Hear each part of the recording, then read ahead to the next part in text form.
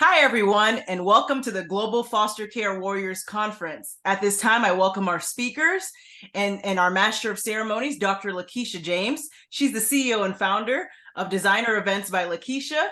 And I want to give a special shout out and a thank you to our sponsors as well. And thank you all for attending today. God bless you. Hi, everyone. Welcome to the Global Foster Care Conference. There are so many of you that has experience being in foster care. Some of you are probably still in foster care. Tonight, we will hear from some speakers that will share their story. So let's grab a pen and paper and let's take notes. So let's get started. I'd like to introduce to you our host, Regeline Gigi Sabat. She's a motivational keynote speaker, award-winning author, life coach, first-generation Haitian American, the host of Walk With Me podcast on JRQ TV, financial expert and CEO and founder of Life Service Center of America, LLC, endorsed by Les Brown. Welcome, Regeline. Thank you, Dr. James.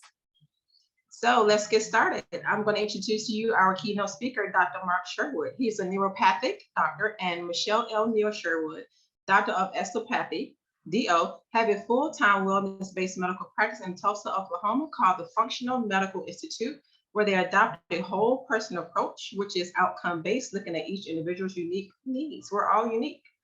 Their goal is to help lead people down their pathway of true healing. To that end, there are two purposes. Number one, to extradite all self-imposed choice-driven disease conditions, and two, to eliminate the usage of unnecessary medications. Through their unique clinic, various diagnostic tests are used. Healing and prevention of common disease patterns are the norm. Ladies and gentlemen, please welcome our keynote speaker, Dr. Mark Sherwood. Thank you, Dr. James. I really appreciate it. It's really an honor to be here today with you all. My wife passes on her greetings and love as well. I like to refer to my wife not as my spare rib, but she's my prime rib. So she is my pride and joy and my best friend. So we're really together in this, and we have so much in common. It was really a match made in heaven. And I'll begin with our story, just so you understand our backgrounds really quickly. We're both adopted, interestingly enough. And that's fascinating in itself. We actually were able to meet later on in life our biological parents, and I'll talk about the significance of that a little bit later on. But certainly that does fill a void at times in your life, because when you're adopted or you're not really in your own individual birth family, there is a void in your heart that really is unfillable until you actually get to see what that means. And actually with us, our faith is very important. So we've allowed God to fill that void, if you get my drift. With that said, I want to begin by just describing a childhood of mine that is one that was always having in the back of my mind the idea that I wanted to be picked. I wanted to be picked. You know, I was that only kid who was adopted, even though my parents did a great job of telling me over and over again that I was special, that I was selected. Within the context of your life as you're a child, you don't really understand what that means, because you really can't understand adult things as a child. And sometimes we need to understand that as parents and as adults, that children are not capable, nor should they be dealing with adult choices that we have, but yet they're forced into that many times. And so I was forced into that situation. We're looking around at my fellow classmates and things of that nature. And interestingly enough, I was different. And being an only kid and knowing you're different, it puts you in a place of decision that I was going to choose to be a victim, or I was going to choose to be a victor. And I had that choice to make. And I chose early on that I was going to be a victor. And I chose early on to sort of have, if you will, a healthy chip on my shoulder to prove something, that I could make it, that I was deserving of people, get this, picking me. Now, I've entitled my talk today, Hey, Pick Me. You're probably wondering what that has to do with anything. Well, I'm going to get to that in just a moment. But as I was growing up, it was interesting because I always wanted to be selected. I always wanted to beat somebody. I always wanted to win and prove my value and prove my worth. And kids can be in that place too, where they're trying to prove their value. So be looking for that as you see a child. They are valuable, but sometimes you have to reaffirm that value over and over and over again. But as a child, I was fortunate enough to be involved in sports, and eventually was able to play high school baseball, football, and basketball. And in my school, we had a whopping 47 people, and everybody knew your business. That meant that everybody knew I was adopted and everybody knew I was different. But I didn't let that deter me at all, because I went on to play college baseball and graduate from college, being the first college graduate in my entire family, which was quite a unique accomplishment considering we came from poverty. And most people don't think you can climb out of that, but I'm here to tell you, you can climb out of that. And that led me to eventually a career in professional baseball that short-lived, but nonetheless, it was professional baseball. And then I was able to join the police department, where I served 24 years. And during that time, I was able to travel around the world in a world famous power team and break bricks with, yes, my head. So I'm still alive to tell about that. The bottom line is, even during that time being on the SWAT team for 10 years, I saw a lot and experienced a lot. To bring us to current, my wife and I have co-authored 3 #1 best-selling books, and we've produced 5 movies. But our biggest thing that we try to do is lead people down a pathway of true healing, which is my endeavor today with this talk, because people in our world, especially children, need to walk in divine health. And what I mean by that, I'm not just talking about physical health, I'm talking about heart health. There's a lot of kids out here that are absolutely hurting, they're wounded, and they don't have anywhere to go, they don't have any place. Kids are not only misplaced, they are displaced. And I think we need to understand that very well. So with that said, hey, pick me. What does that mean? Well, as a child, I remember the pickup games we had, the little basketball games or the little wiffle ball games, or even the flag football games we had. We would have team captains, and the captains would get picked because they were the most popular kids. Well, I wasn't one of them. And you're always standing there in that line as they're looking up and down the line, trying to find out who they're going to pick. You've been there? You felt that? You're wanting them to pick you. And when they don't pick you, you get disappointed. And then you hold your hand up. You almost give them that look that says, please pick me. I can help you. I can be a blessing onto your team or your life. But unfortunately, sometimes you end up getting picked the middle of the pack, sometimes the last third of the pack. And yes, sometimes, even myself, I was picked last. Can you imagine how I felt being picked last? When you're picked last like that, you already have a complex that you don't fit in. There are kids all over our country and all over our world that have their hands up saying, hey, pick me. Won't you pick me, please? Because I've got something to offer you. I want you to think about those kids today. As they're out there, they didn't pick their parents. They didn't pick their culture. They didn't pick their upbringing. They didn't pick their town. They didn't pick their skin color. They didn't pick their language. They didn't pick that. In God's providence, I don't know why things turn out the way they turn out, but I know we can't pick our parents. But I know in circumstances within that, there can be blessings that come out. Now, I was fortunate enough to have good parents who raised me in a godly home. Other kids don't have that. But I remind you, and I'll remind you one more time before I sign out today, is that when you think about parents, it is more than just about giving birth. Being a parent does not require giving birth. Being a father or mother does not require being a sperm or egg donor, quite frankly. It means you're an influencer. You have the opportunity to select somebody and be a part of their lives. With that said, I'm going to talk to you about 4 groups of people regarding the title of our talk. Hey, pick me. 4 groups of people, what are they? First of all, how about those kids that get picked? That's the first group. That group, they feel so special. They feel like they got selected out of a group. That's kind of how I felt as a child. I got picked. Whether it was first or last, I got picked. I was in a family. I was on a team, and I was a part. Those kids that get picked, they provide a special opportunity for the people that they get selected by. But let's talk about those kids, the second group, the kids that don't get picked. That group is still standing in line with their hands up. Can't you hear them crying out? Hey, pick me. They still want to be there. They still want to be a part. Their hands are still up. Their hands have been up since they're 1, 2, 3, 5, 10, 12 years old. They're looking for somebody to select them. Those kids are still out there. And again, you don't have to give birth to be a father or a mother.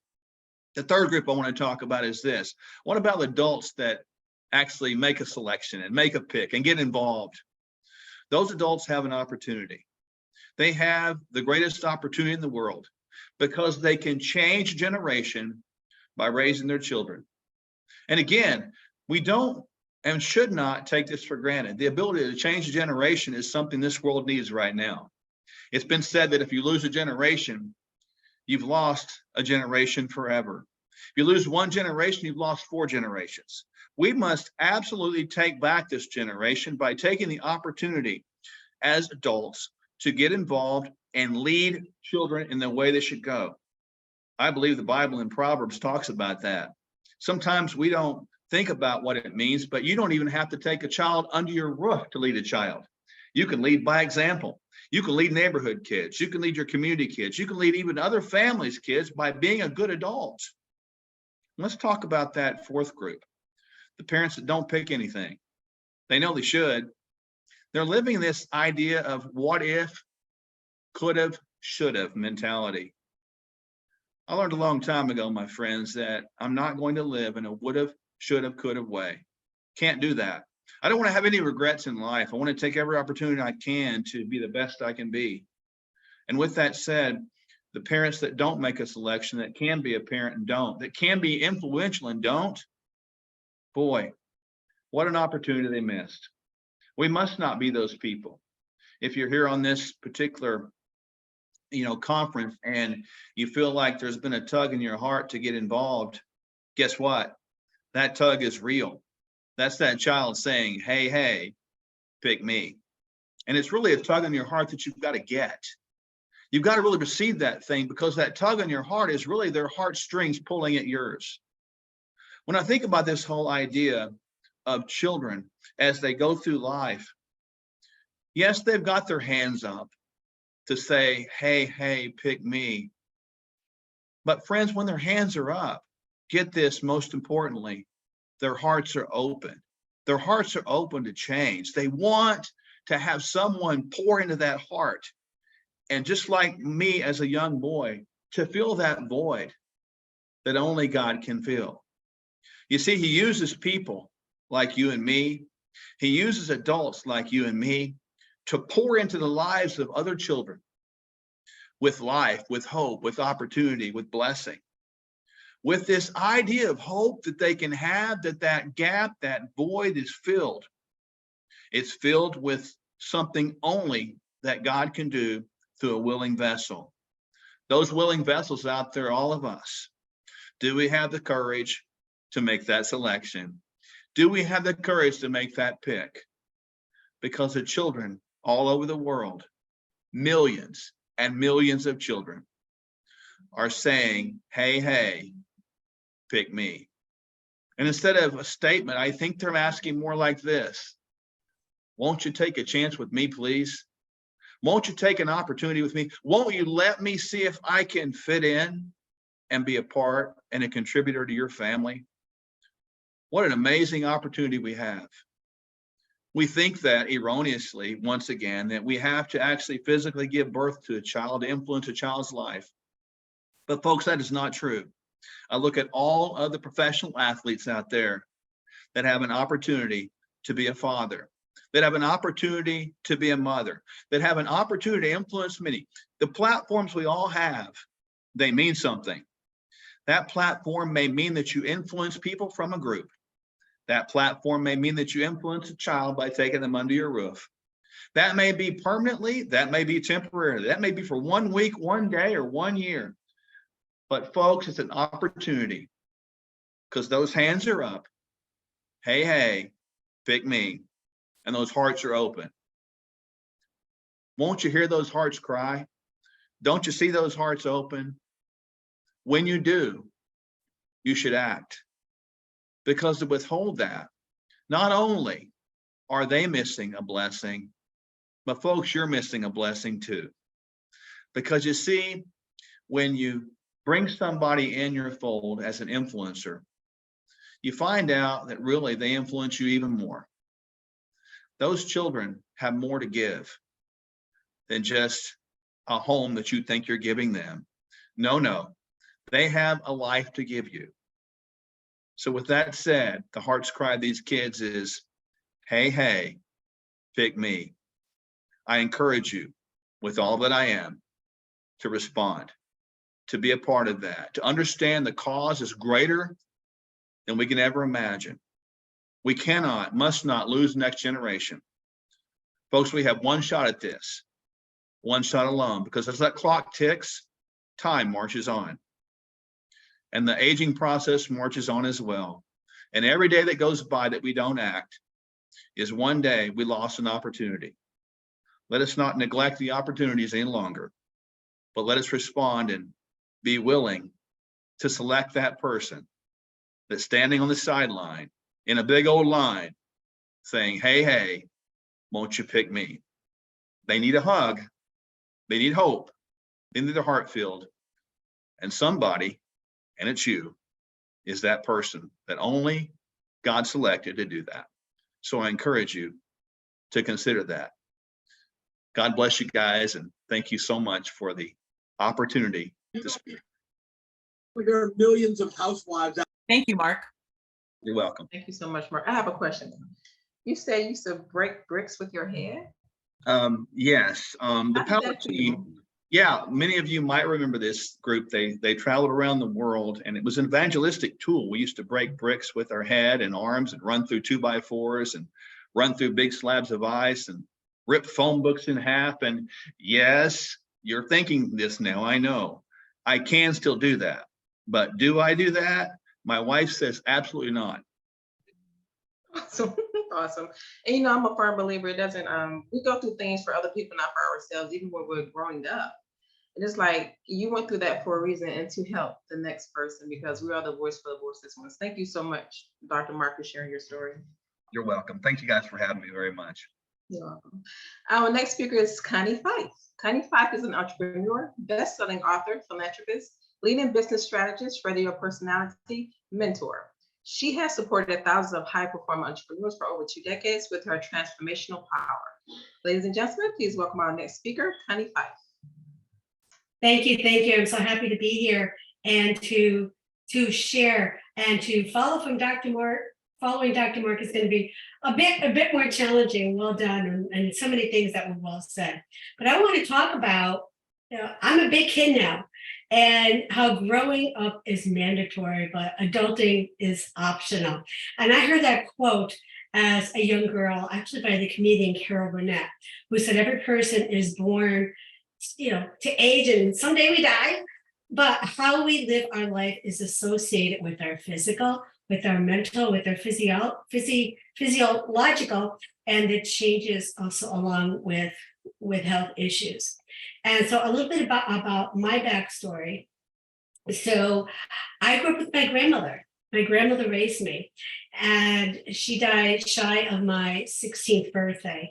And before she died, that whole year leading up to her death, there was always this promise that, I was going to get a car and I could quit school and I could do all of these famous and wonderful things and not have to go to school. Well, at that time, my role in the family, living with my grandmother, was to care for my 13 cousins every day that would show up. They would show up in the morning. My role was to make sure that they had their breakfast, their meal for the day, take them to and from school, and also serve, take care of their parents, work with them after school, make sure they were fed after school, do their homework. And so this way, when their parents would come to pick them up, then they can go home and do whatever they did for the night. But my job wasn't done there, because I did have a sister and 2 brothers who were part of those 13 that lived across town. So I would occasionally, see mom, drop them off, pick them up, but I never understood why. Why do I live with my grandmother and I don't live with my family? So, and all of that, I found out at the age of 48. What the story really was. Although all of those years I searched and researched and did study in human behavior, reincarnation study. I everything that I could do. And I knew I was from Louisville, Kentucky, and I even went to Louisville, Kentucky, looking for adoption papers, because that's where I thought that's where it has to be, and that's where that disconnect was coming from. Well, sure enough, that is what happened. And what I had found out at the age of 48 was that my mom was my mom, but dad was not dad. And the grandmother who I was living with was actually not a birth grandmother. She was my stepdad's mother, and so she was elderly and senior, so they had sent me to live with her as my mom and her husband started their family, with their children.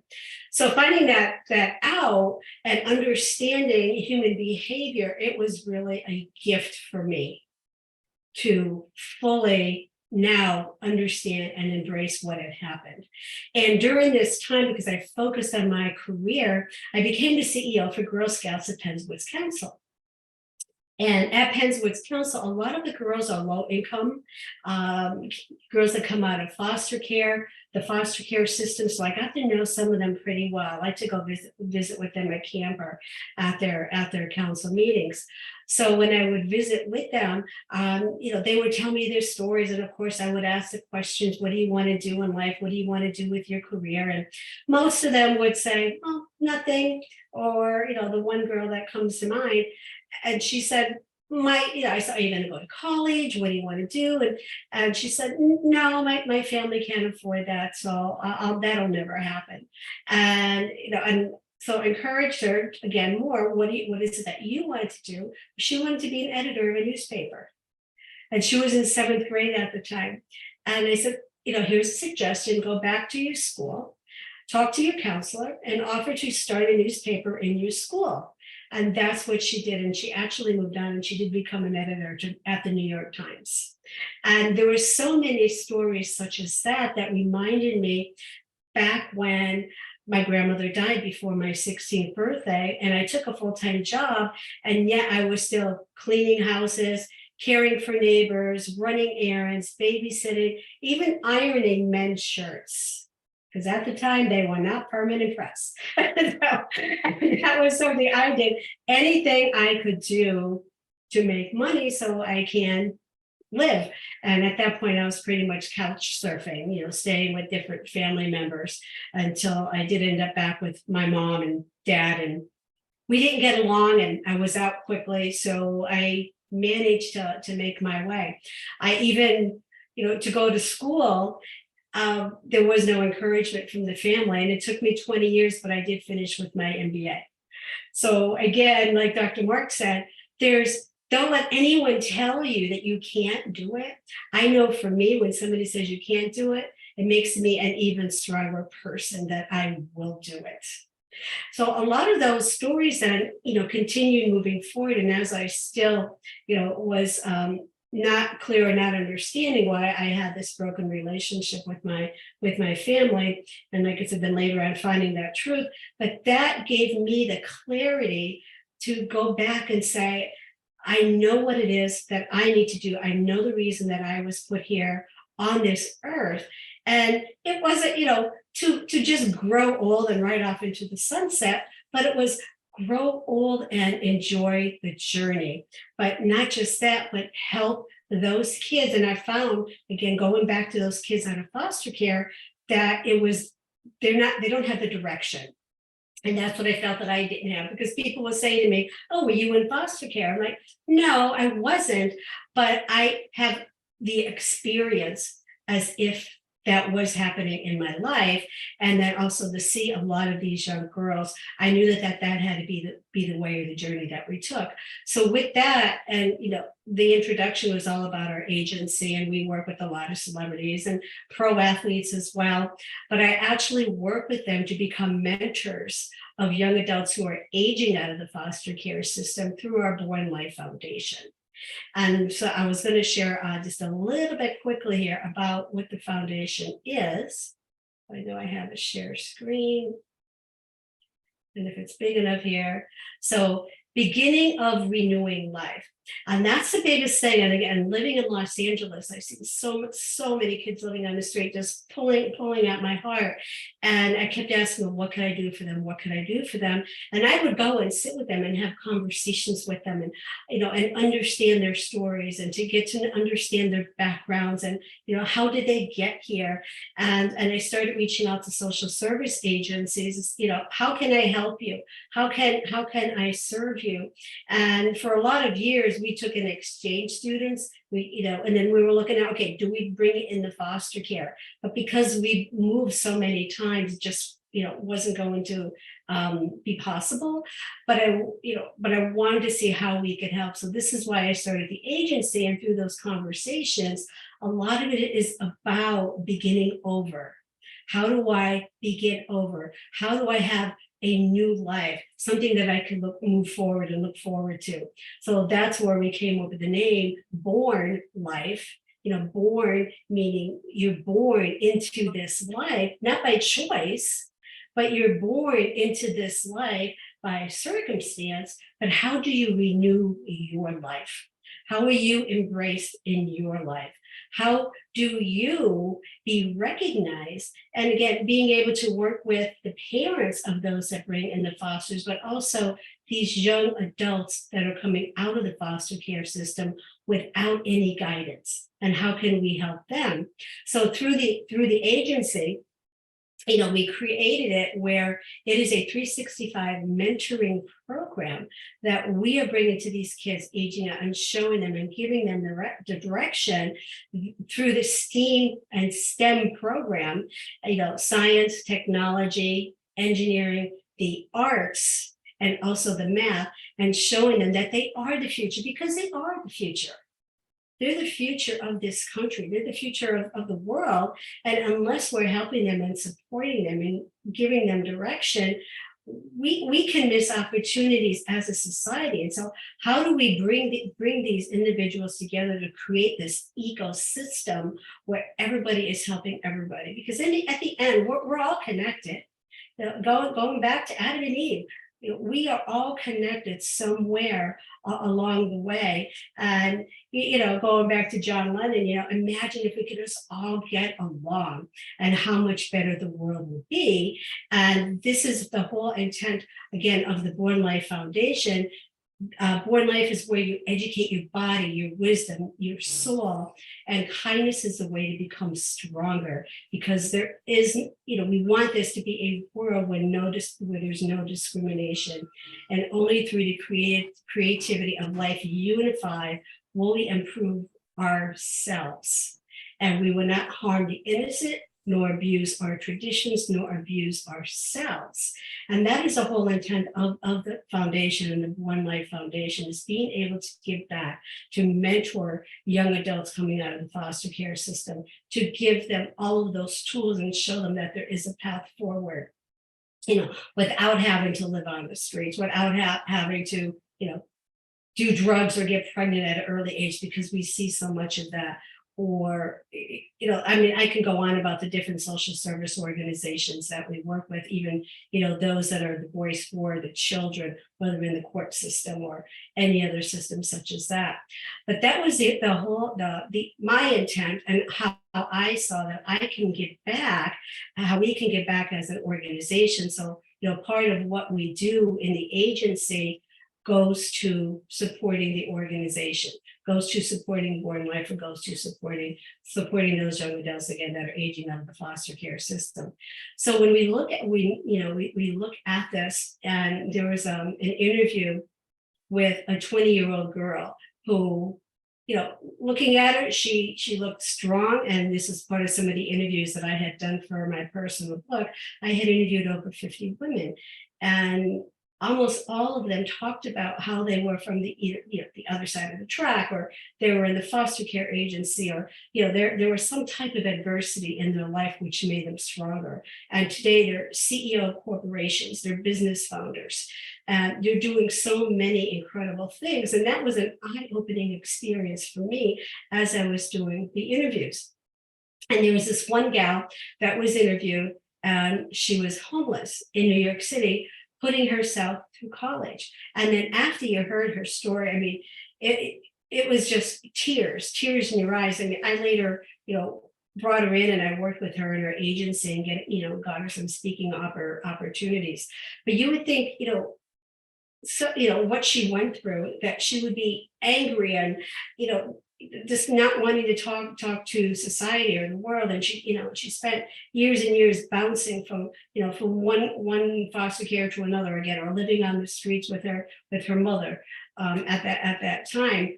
And but she said that she didn't leave because she thought she was growing up already, but she left because no one was helping her. And every time I hear somebody say, I did this because no one was helping me and it didn't work, or I tried it again, that just pulls at your heart, because there are so many tools out there. There are so many intelligent adults out there, and we are here, and part of our God-given gift is to be able to support somebody who has less. And truly, if we're not doing that, we're really not using the gifts that we have to be giving back. And like I said, with my grandmother raising me and taking care of the family and having my role, to care for them, even the care for her long after, they left at night, I still had to care for her. She was very overweight. She was sickly. My bed was in her bedroom. So all during the night, if she got up or ill or had to go to the bathroom, I was the one helping her and taking care of her. And school wasn't important. A lot of times people come home from school and the parents are like, you better have those A's. I come home from school and I would get, you better not have a good report card, because that wasn't important in our family. What was important was survival. And that's what I had learned at a very early age, was survival. And I knew I was an entrepreneur before I even knew what the definition of an entrepreneur was. But that gave me those survival skills. And again, to do all of those other things that I've done in the family. So, and I had mentioned I did go on, because it took me a lot of years. I did get married. I had 2 young children. I took them to my college classes with me. I went part-time and they would go to some of my classes with me. And a lot of the young students got to know them and would take them to the park or the library so I could do my studies in school. So it, was able to teach my children the responsibility of why education is so important. And I still believe education is really important. And if you want something, that's what you need to go after and just look at it again, whether it's the science, technology, engineering, arts, or the math. There are so many opportunities out there. And, there's definitely ways that you can get into college. And I just want everyone who is in foster care and say, I don't know where to go next. There are people here to help you. I'm here to help you. And this life is a journey. And you're going to grow up, you're going to grow old, but let's have fun doing it. Let's have fun on this journey of life, and let's be here to help and support each other doing it. Amen. Thank you, Connie. Okay. You are welcome. I have a saying, it doesn't matter where you start, but it's how you finish. And I love that. I think that's encompassed everything that you just told us today. So yeah. Mhm. I love Yes. it. Thank you. so much for sharing your Thank you. story. Our next speaker is Heidi Marie Farron. She is an actress, vocalist, and writer who originally hails from Arkansas and Texas. For 8 years, she served as service members as Miss USO, performing and speaking across the globe as an ambassador and steward towards gratitude. She has performed and lectured in over 1,000 venues, including performances at Citi Field, Madison Garden Square, before 4 U.S. presidents and Queen of Uganda. As a country, jazz, and gospel recording artist, Heidi credits includes performing with Patti LaBelle, Lee Greenwood, and Tony Orlando. Heidi recently concluded a recurring role on ABC's hit comedy, American Housewife, and is preparing to begin her pre-production for a major feature franchise slated for 2022. She has been seen in Gary Marshall's New Year's Eve and playing Wonder Woman on HBO hit TV show Bored to Death with Ted Danson. Ladies and gentlemen, please welcome our next speaker, Heidi Marie Farron. Hello, hi, hello everybody. Thank you so much for being here, and fellow advocates, and Dr. Lakeisha and Rangeline, thank you so much for having me. I'm I'm Heidi Marie Farron, and there are over 391,000 children in the foster care system in America, and I was one of them. The foster care system, it touches the very essence of compassion and the power of community. So while it's true that the system's faced its fair share of challenges, I have seen firsthand that incredible changes that have been made to develop and grow the system, and that it remains focused on the well-being of the young person in care. So as a foster youth, my experience wasn't perfect, but I was blessed with some incredible advocates. I had a social worker named Raul who fought for my safety and well-being and truly cared. So now, as I have grown up, I became a volunteer. I'm a court-appointed special advocate, a CASA, and I'm able now to be that change that Raul was for me, for other people. CASAs weren't around when I was going through the system, and to have somebody there from the beginning through the end of that entire process, I see so much the value of it. And that day of getting sworn in was very emotional. But now I'm able to be that change. And it has been so inspiring to witness how far the foster care system has come with programs to support unhoused families staying together, providing support and advocacy programming for young people who are pre-verbal or maybe experiencing developmental delays, and being able to understand how a young person communicates before they actually have the language to advocate for themselves has been transformative. It's a crucial part of how the foster care system and the programs that support young people in the system have made an impact on their overall development, well-being, and their future. So progress in the foster care system starts with recognizing the potential within each and every child. It begins with understanding that the circumstances of a child's birth do not define their future. They didn't define mine. So as we advocate for change, we have to remember that progress means continuing to create opportunities for children in foster care to thrive, to discover their strengths, and to dream beyond their circumstances. Programs like we heard about today, and will hear about, the Fosterpreneur, Born THP Plus, which provides foster youth aging out of care. It helps them find housing. Alliance for Children's Rights, they assist families with resources to help young people in care receive the same education, the same educational support as those not in the foster care system, as well as developmental support for young people experiencing delays. And CASA, which provides court-appointed advocates that stay with the child for their entire journey and mentor and advocate and really help families and young people know about the programs out there, because there are many, but often having access and ability to apply to all of them can be a challenge. So it's wonderful that all of these organizations are out there to support the system, because there's a lot of moving parts. It takes a village, so to give these young people the care that they deserve.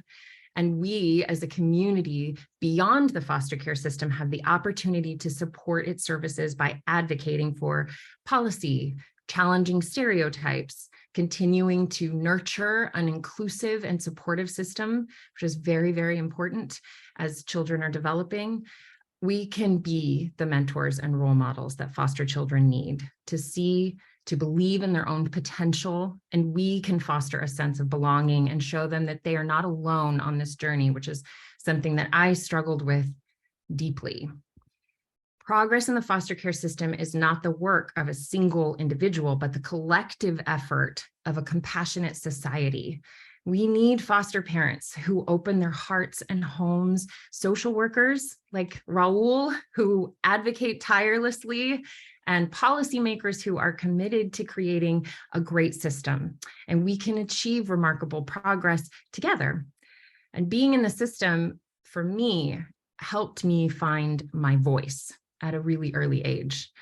I was terrified, as every young person is, and I was desperate to be good and to be perfect, not to make my abuser, my father, angry in mandatory visitations. I thought if I didn't make everyone happy, that I would never see my mother again.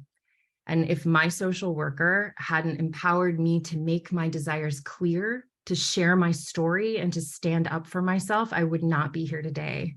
I am confident of that. Not only did I stand up to my abuser, but I testified on a mountain of phone books in a courtroom. And I felt like I had support and permission at the age of 4 to use my voice. And it paved my way for reunification with my mother. Raul, he advocated for me at a time when I felt invisible and powerless. And I have gone on in life to use my voice for the voiceless, because I knew from 4 that my voice had power, and I wanted to use that power to make a difference. So everything from my time and work as Miss USO, it gave me the opportunity to connect and to serve service members on a deeper level. Performing, writing, producing, whatever it is, there's not a single thing I do that doesn't start with advocacy. But all of that started with abuse, violence, homelessness. And Connie stated, we don't always see the scars, but our hearts can be the solution. Our voices, our gifts, and our time can be the world to kids like me who felt totally invisible. And thanks to the support that I received, I know how a single person can be the change for a young person. And as advocates, we have the opportunity to provide young people in the foster care system the resources and empowerment to fulfill their highest potential. And even though my time in the system was a challenging start, it was also a catalyst for my growth and transformation. And it taught me resilience, compassion, and the importance of community. So we must believe in the infinite potential that lies within these young souls and empower them to see a future where they can achieve their goals just like any other child. We can support the system and advocate for its continued progress. And beyond the foster care system, outside resources and programming, it's you. It is each of us that makes the biggest difference. Each of us have the power, whether in the system or outside of it, to make a profound difference, one young person at a time, because it's that kind of care and that kind of support that has made all the difference to me. And thank you all so much for your time. And it's been a blessing to be with you all today. Thank you. Thank you, Heidi. And what a powerful quote. I'm going to repeat that. Circumstances of a child does not define their future. Very powerful. Thank you for sharing that. Thank you. Quick question, Heidi. Do you still speak to Raul? Do I do what? You still speak to Raul, the one that has such Oh, impact in your yes. life? Yes, I do. I reconnected with him. I also reconnected with my assistant district attorney, who I just found randomly, and he's very close by. And the people you can either remember nothing from those periods in life or remember everything. And for me, I remember absolutely everything. So, but being able to thank them as an adult it was just the most powerful thing. I can imagine. Thank you so much for being transparent and sharing your story. Thank you so much. Our next speaker is Lorda Forbes. Minister Lorda is a prophetic teacher, and intercessor, and worshiper. She is an unapologetic Jesus chick. I love that. Irrevocably free from bondage and delivered from Christ. She has served in lay ministry for more than a decade and a licensed minister for the gospel. Minister Lorda also leads a women's ministry, His Daughter, based on John 1:11-13, which empowers women embodying their kingdom identity. She has served on the ministerial staff of faith communities and has served faithfully in various positions of leadership for more than 20 years, where she coached and developed others. She teaches on workplace productivity and leadership in the marketplace and in ministry. Ladies and gentlemen, please welcome our next speaker, Lorda Forbes. Good afternoon. Thank you so much. I am so inspired. I feel a little bit emotional, but that's sort of where I am these days, so it's okay.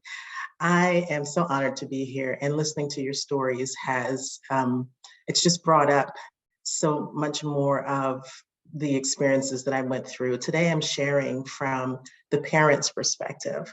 And I just want to say that in 2009, I felt like the Lord was tugging at my heart, to Dr. Sherwood's point. He was tugging at my heart to provide a place of respite in my home for children who were going through the foster care, system, a place where they could come find some peace in the midst of whatever their transition was going to be, whether it was going to be going back home or moving on to another place, but understanding that there was a need for them to have a place where they could just breathe.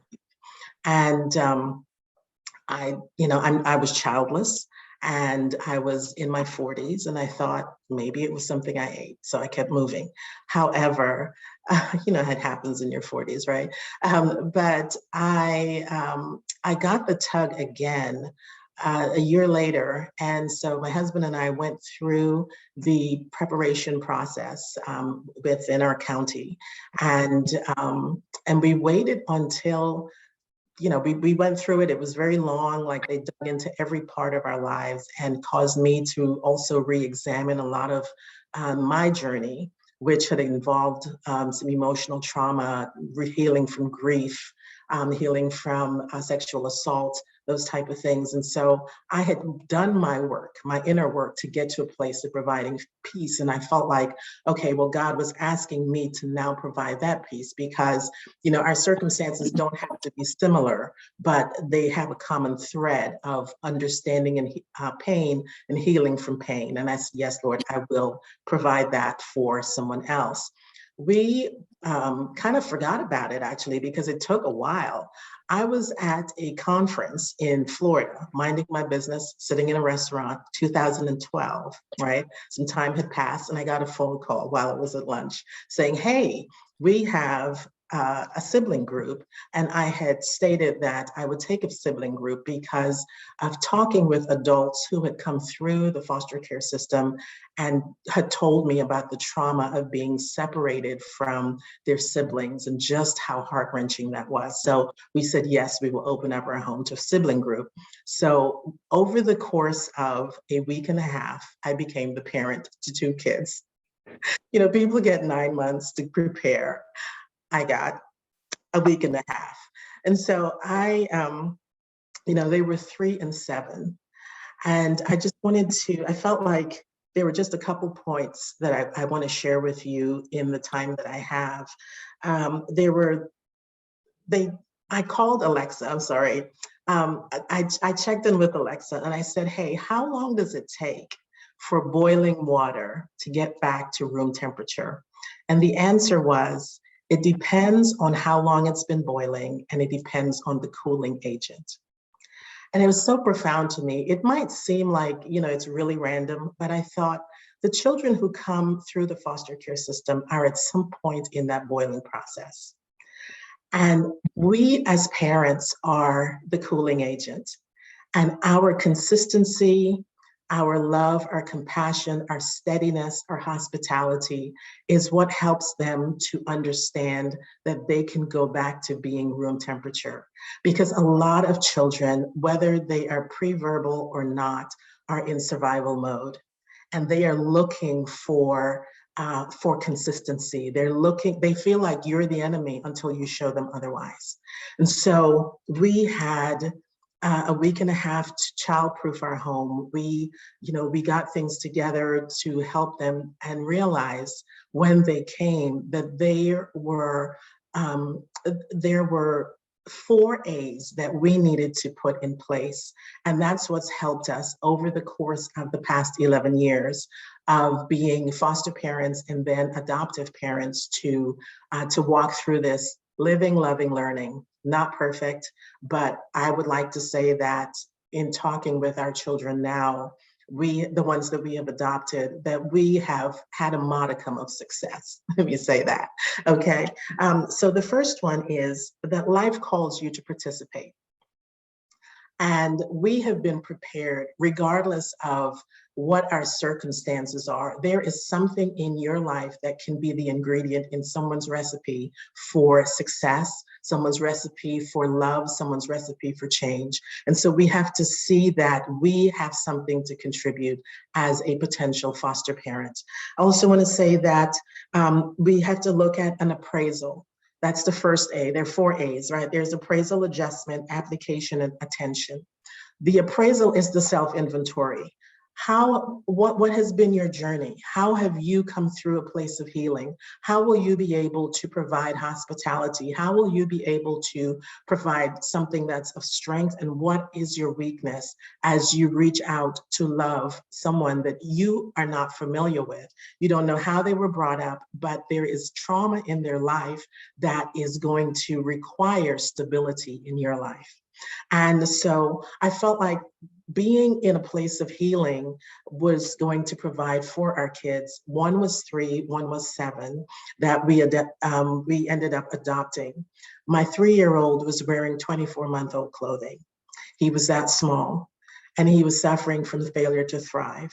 But my preparation was that for the previous decade, I had been working on a dietary lifestyle that allowed for a different way of eating. And so I was able to provide him with the nutrition and a lifestyle that paid attention to his numerous allergies and brought him onto a place of healing and health and wholeness. Making an adjustment was creating an environment in our home where, as a woman of faith, we had music playing, we had, we had quiet time, we had a place where that was absent of a lot of drama, so that they could find a place to rest and to have some respite. And my 7-year-old was barking like a dog. She was very uncommunicative, very angry, and having a place where she could feel like she was still welcome while still working through what she was and coming to a place of trusting us was important. So we made the adjustment. We didn't expect her to be loving. We didn't expect her to be grateful. We expected her to understand that we were giving without expecting in return. Application was getting involved and being the person who could go with them to court cases, to advocate on their behalf. And again, we were natural advocates. And so it was easy for us to look at them and say, listen, this child needs a certain type of therapy. This child needs they need a certain type of environment, working with the school systems, writing letters, showing up. We can show up and we can be that force and be that person that allows the children to say, someone is here for me.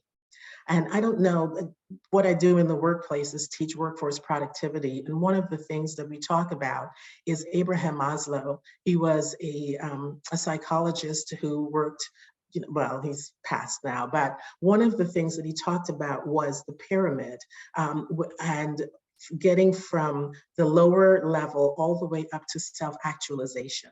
And one of the places on that pyramid, foundational place, is belonging. And don't we all need that? We need to know that we fit somewhere. And so whether someone was going to be there for 2 weeks or be there for, as it turned out, for 7 years and then adopted for 4 years, we wanted to give them a place of belonging where we said, listen, it is okay. You come out of your shell, you grow as you need to grow. Was it easy? No. Was it disruptive? Very. But were we there for the long haul? Yes. And we thought about the children's future. That's what kept me accountable. It kept me accountable to God, and it kept me accountable to the children, because I thought, what will your interaction with my life cause you to think about in your future? And the reason I said we had a modicum of success is that I can talk to our 18-year-old now, who is understanding of where she started, but because of her interaction with our lives, understands that she does not have to stay where she started. She now has hope and a future. And isn't that what God says that his thoughts toward us are, right? He gives us hope and a future. So my 3-year-old is now 14. He is wearing adult male clothing. He is taller than I am. He's grown out of some of his allergies. He understands about praying and believing God for his healing as well. He is not taking the medication that he was taking many years ago, because we have incorporated a holistic lifestyle for him, where he is probably eating too much and probably talking too much, because he was also fairly nonverbal. He was diagnosed with a developmental delay, and now you would never know it. He's trying to pick me up. That's another story. But attention is the last A that I'll leave with you, where self-care as a person who is providing care. I found out about secondary PTSD. I found out about compassion fatigue. When you are in a place of providing care at such a level for people who have been in traumatic situations, it can affect your mental health and well-being. And so it's important.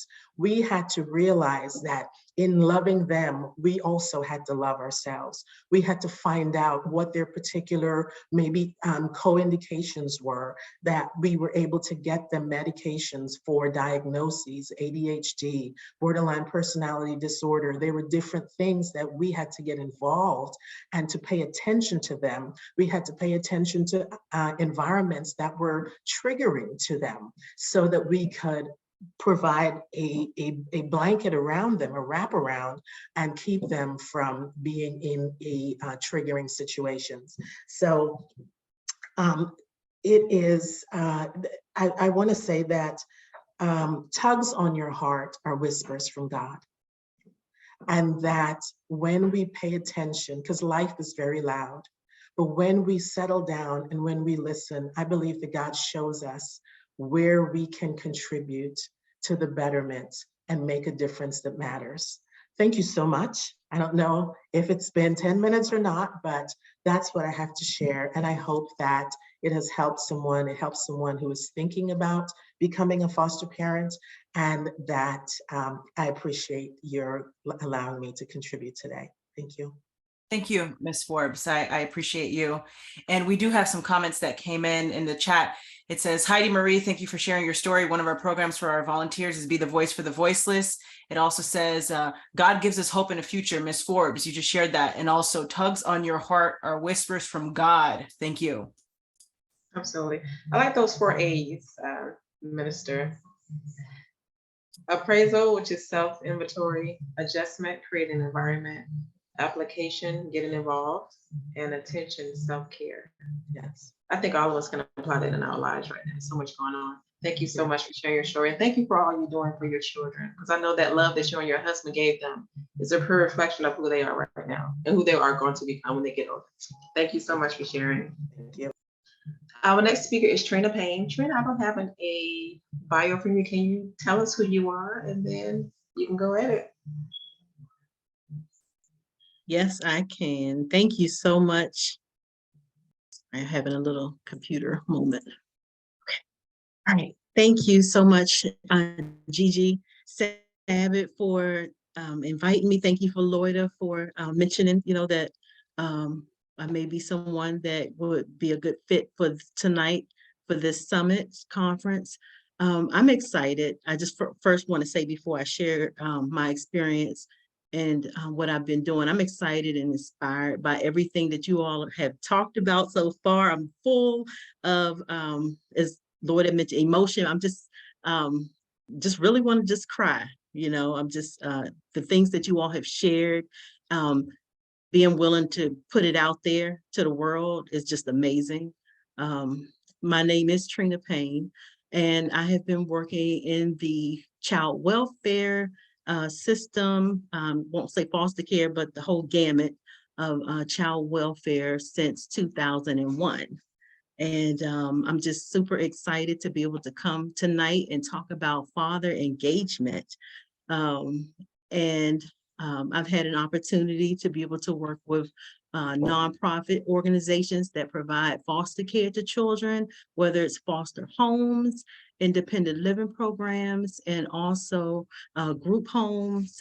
So just the whole gamut of foster care that we provide, the residential care settings, and just was passionate during that time when I worked with the agencies, mainly because I wanted to make sure that our children were being taken care of, and that they had everything that they needed. And so That's always been my mission, to make sure that the kids that are in care are taken care of, and to be a voice for them whenever things might come up. I always had the opportunity to be able to advocate for them on behalf of the foster parents, and to make sure that things are okay. And so I wanted to share about father engagement tonight. This has definitely been an issue that is a historical issue. I'm not sure exactly,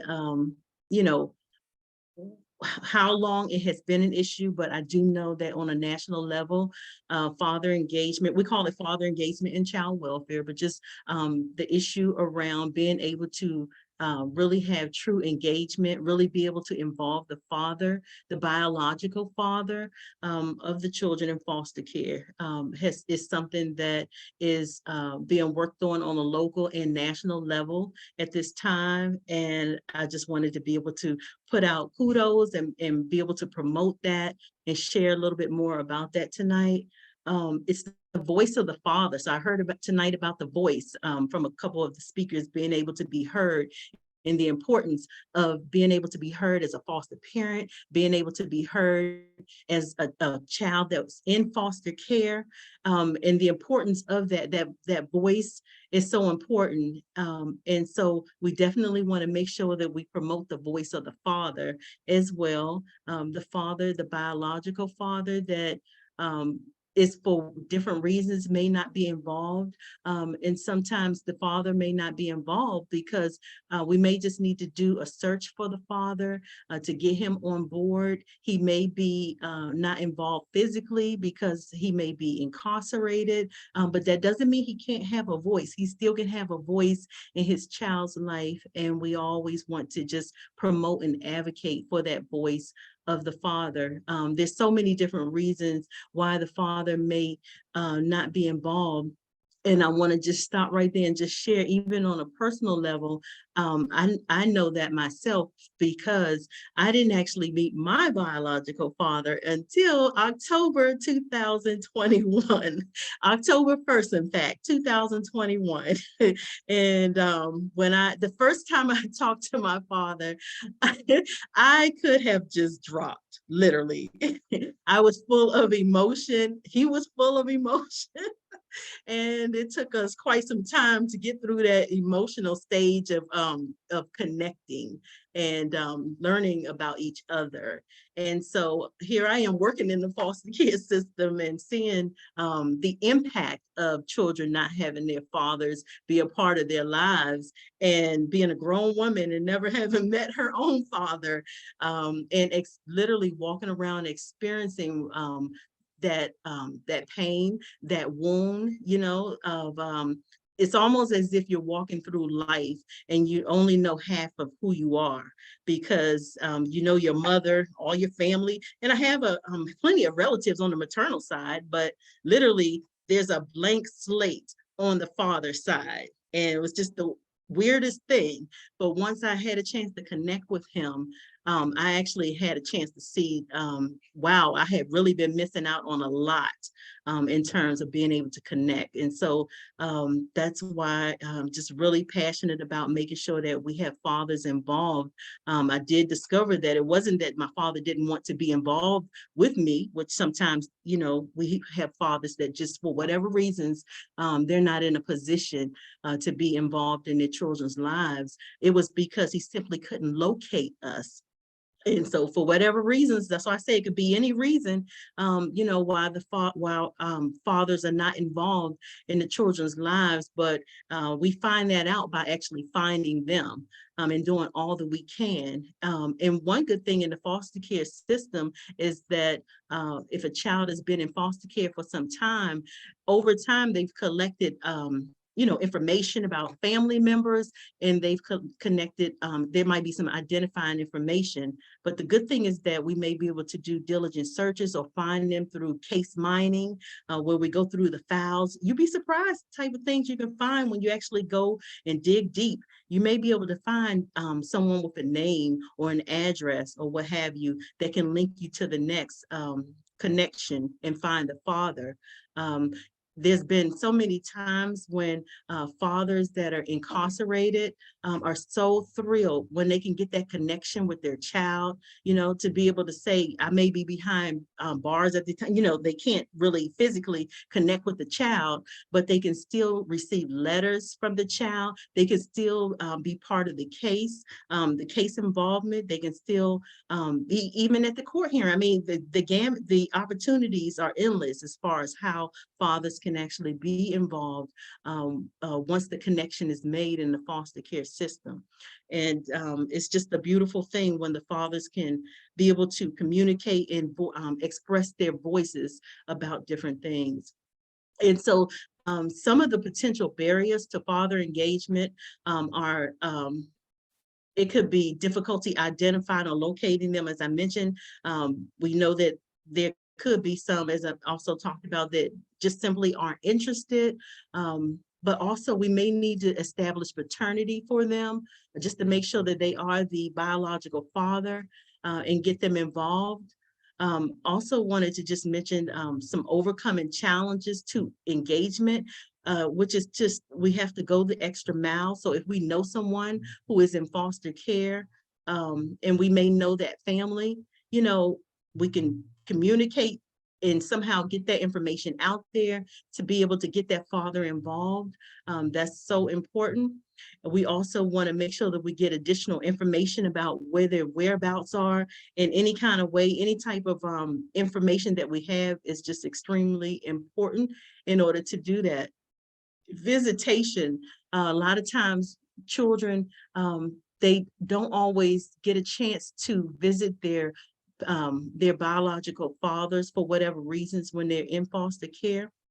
And so if there are people that are involved or can be involved, sometimes family members can be designated people who can provide supervised visitation for them, in addition to what the social service agencies are doing, but can help in that process, provide a home where the supervision can take place, or provide places out in the community so that we can be as flexible as possible, because we know that just like mothers, fathers work also, and there may need to be a certain level of flexibility beyond 9 to 5 shifts, in order to make sure that fathers can be able to see their children, as well as, of course, on weekends. But whatever it is, whatever those challenges are, if we look far and, we can find a solution. We can definitely find solutions, and we have found solutions in order for fathers to be involved with their children. There's also services that are available that haven't always been available for fathers, such as fatherhood support groups, where fathers can come together with other fathers, and they can discuss what the issues are, what maybe some challenges they have, and come up with solutions. But getting that support for a father is extremely important, so that he can be able to identify with someone that's going through that same type of situation, or can just give him some support as well, is so important. And then just remember, missing fathers can result in children being traumatized due to the separation they experience from not having a relationship with their father. So, of course, we don't want children to be traumatized, but unfortunately, when they come into the foster care system, they do experience separation, grief, and loss, because they're not connected, or they're not connected as they was when they were living in the home. And so we want to make sure that we can provide some level of counseling and support to be able to help the child and help the father.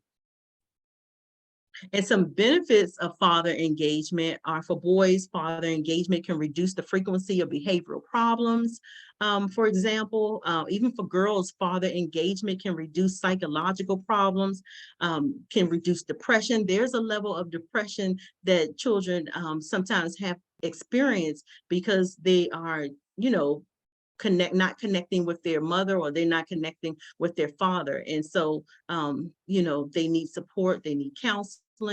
And we have so many people that can be such a beacon of light for them. The foster parents can be a beacon of light. They can support in ways when appropriate, but so many people can help out and be able to really provide the support that they need as children so that they can have the best experience as possible.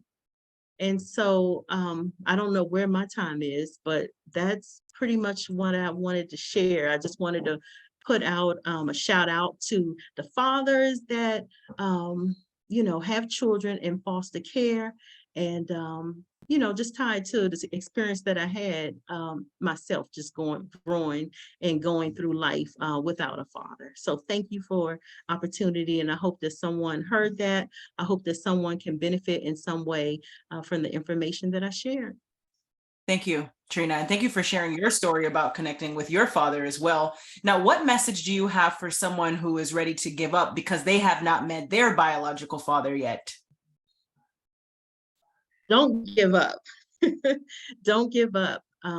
Definitely, I know personally, I went through times where distractions, regular life situations come up. And so I would say, oh, I don't have time to find my father anymore. That might sound crazy, but life came up, and then I put that to the side, but still that same feeling, that same wound, still walking with it. So I would just encourage them not to give up, to be able to communicate with other people and get the support they need. Definitely prayer, seeking God was a huge piece for me. And the amazing thing that I didn't mention is that, so I met my father in October of 2021, but I mentioned that wound that I had been walking around with.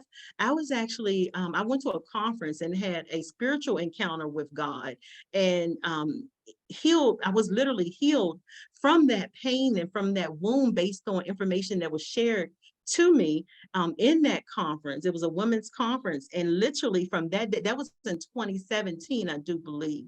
And from that day until the day I met my father, up until now, I have actually not experienced that pain, that wound. And so I was actually healed at the time that I met my father, which was like simply amazing, because I met him on a different level than the pain and the where were you and all of that. And I didn't charge him to that. And it was just amazing.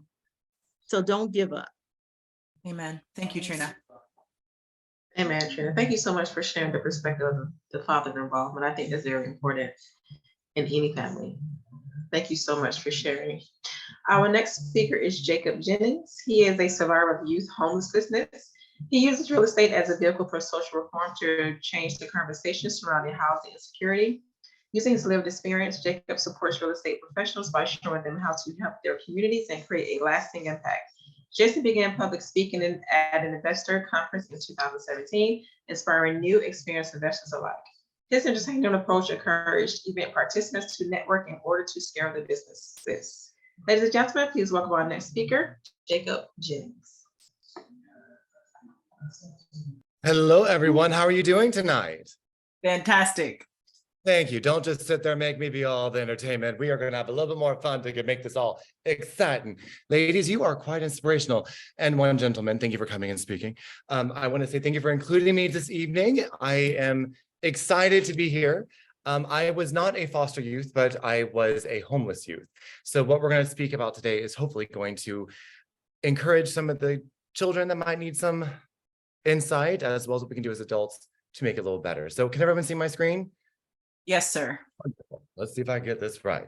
I can never seem to make sure I get the sound. So let's go ahead and get started. I'm the founder of the Sherlock Holmes Foundation. We are a 501c3 dedicated to ending housing insecurity for all vulnerable populations. And we started off with youth aging out of foster care and kids that were kicked out for coming out.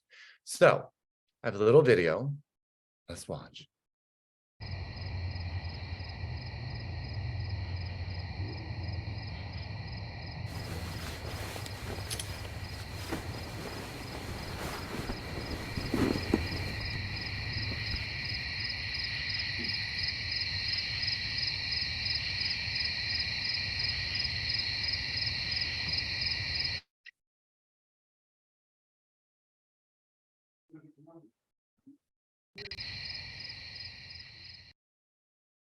As you can see, the more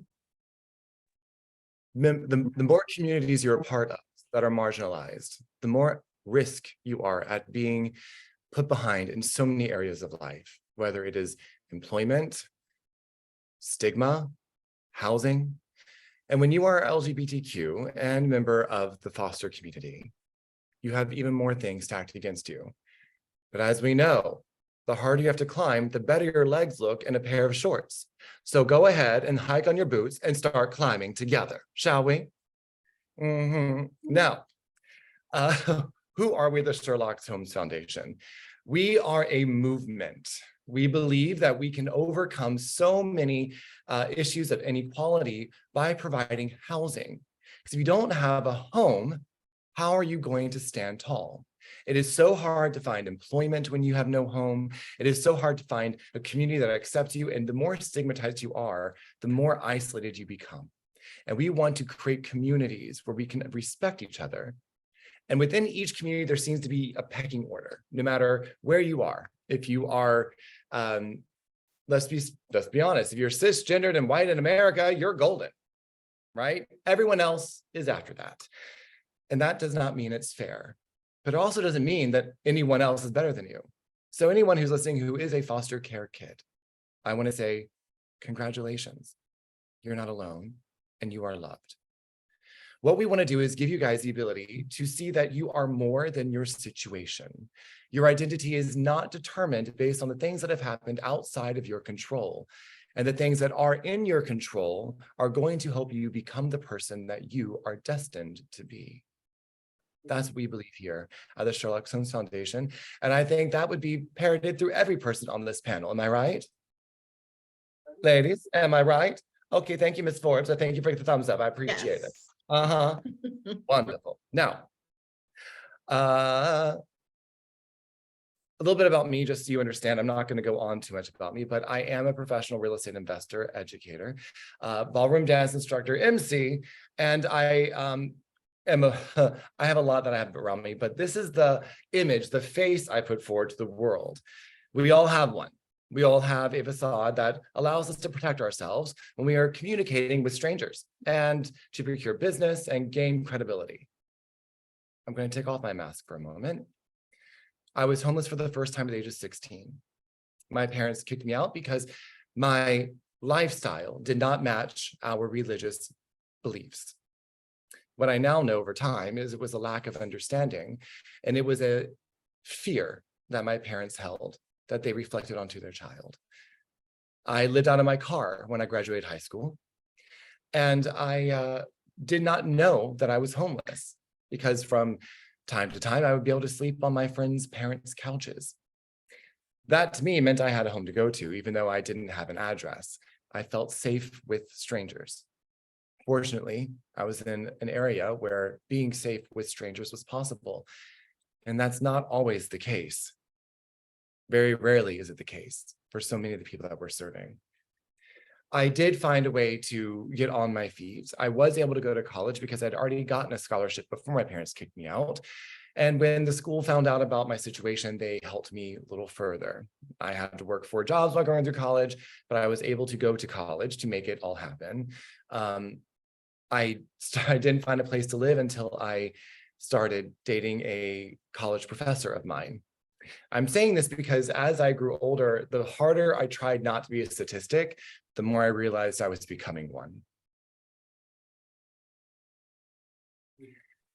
I wanted to do better for myself. So I did pursue my dance career. At the time, I became a professional dancer. I pursued that career from Virginia to Chicago, from Chicago down to Florida, and then things also continued to fall apart. As we all know, life is going to life you, no matter who you are, where you're living. So my boss committed suicide, left me without a job again, had to start over, got a job at a great company teaching real estate investment. Guess what? They laid everybody off, had to start over. My partner left me. Guess what? Had to start over. Life kept lifing me. But the thing I learned from being a homeless youth is you don't let it stop you. You do get a bit of street savvy when you're having to find out where your next meal is coming from repeatedly. And because I kept trying to do better, I was able to do better. You see, if there are any foster kids that are watching this, I want you to realize that life is going to life you. Being optimistic is a choice. and you can choose to life back better. Your situation is not your identity. And an identity is something that is cultivated over your entire lifetime. Don't let where you are right now define where you are going to end up. Now, I started my nonprofit in 2020, in January 2020, and I wanted to help these individuals that I could relate to 20 years later. I knew that I was called to do this when I was 16, sitting in my car that my mother had just put all my belongings in as she peeled away and I was no longer allowed to go home. And I realized that day was the hardest and best day of my life. I had lost my family, and I knew that one day I was going to figure this out so I could teach other kids who were in this situation how to get out of it faster than I did. I had no resources. I didn't know where to look. The internet wasn't really on phones at that time because all we had were the Razor. And if you don't know what the Razor is, well, congratulations, you're no longer a Zennial. But if you remember your flip phone, thank you, Ms. Forbes, I thank you. And thank you, Gigi. Thank you for laughing at my jokes. Yes, a razor is not just for your face. Well, not in 2002, at least. So I had no resource. I didn't know where to look. And I was only 16. So I just figured it out. So I wanted to do better. I started the Sherlock Holmes Foundation, and it's been amazing ever since. Instantly, I found people to live in my home. It was scary how fast it was. There was such a demand to help LGBTQ youth who were homeless or kicked out for coming out or aging out of foster care. I had my doors filled in a matter of weeks. And then days after that, COVID hit, and they were all living with me, and we were grounded together. I don't know how I survived except for the grace of God, but we are here today. I was never a parent. I didn't know what I was doing, and I couldn't leave my house to go ask for help. I had no donor base, and I had no clue what I was doing. I have to admit, I dye my hair now because I have gone gray, and we understand why. Don't worry, it looks good on me. So, more than 20,000 young adults involuntarily leave the foster care system without the stability of a family. When they age out without a family or support, they instantly become homeless. Only 1 in 2 youth who age out will have some form of gainful employment by the age of 24. That is 50%. And less than 3% of them will actually get a college degree at any point in their life.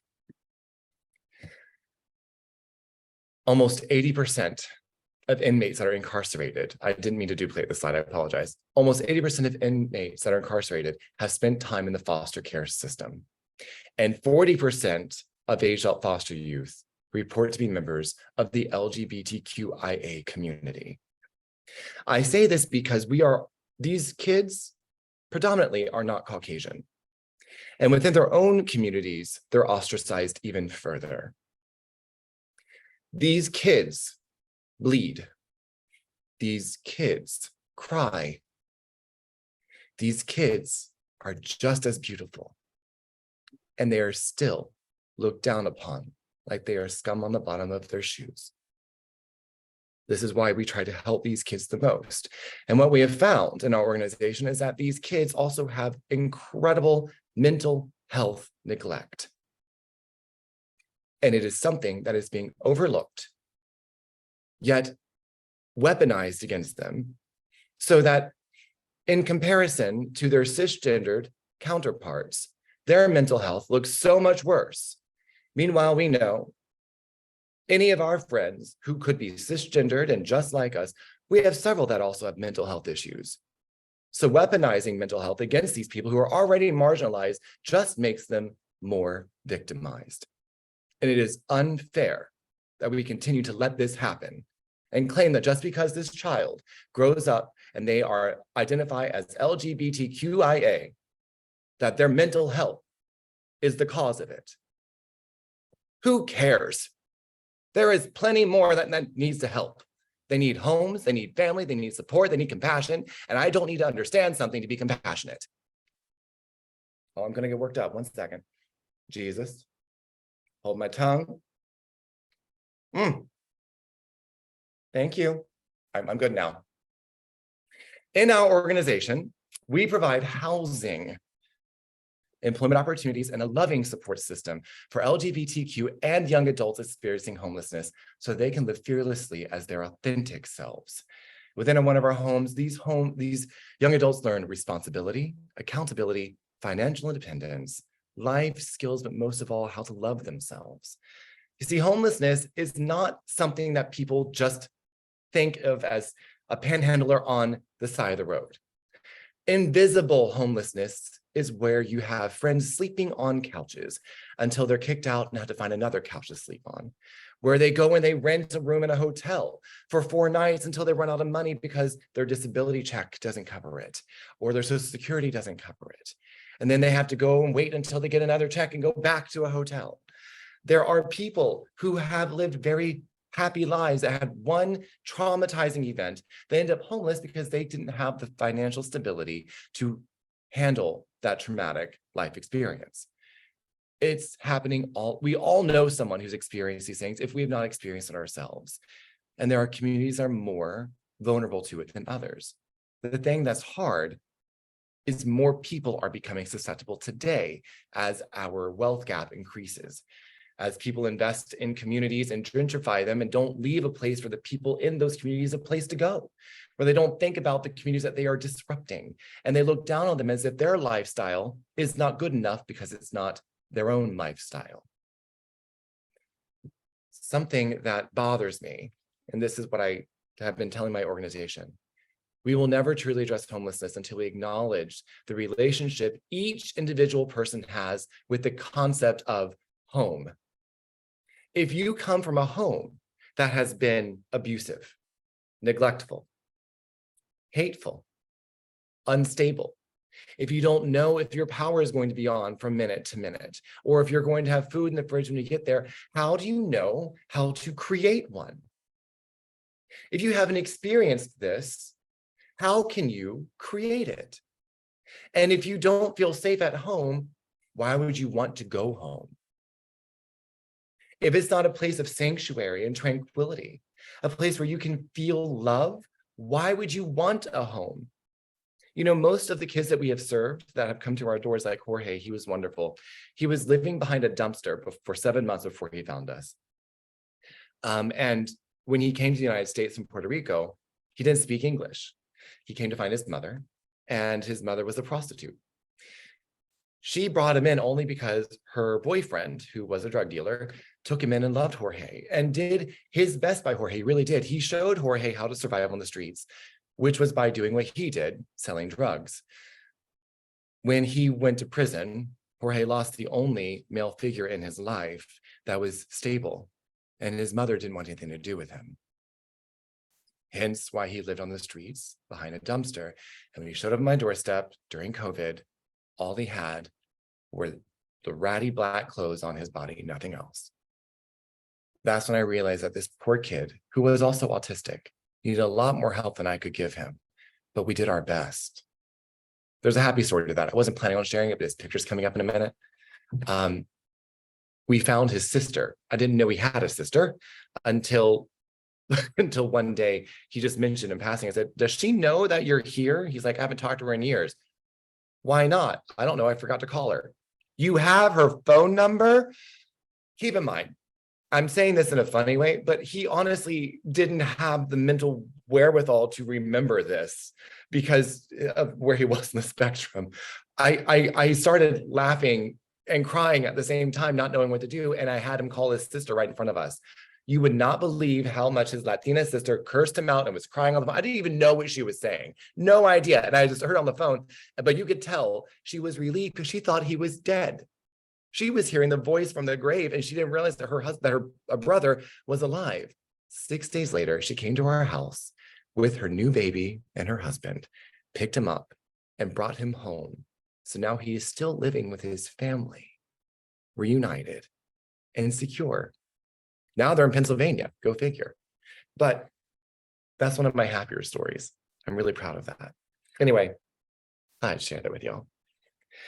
Jorge did not know how to create a home. He never had a safe home.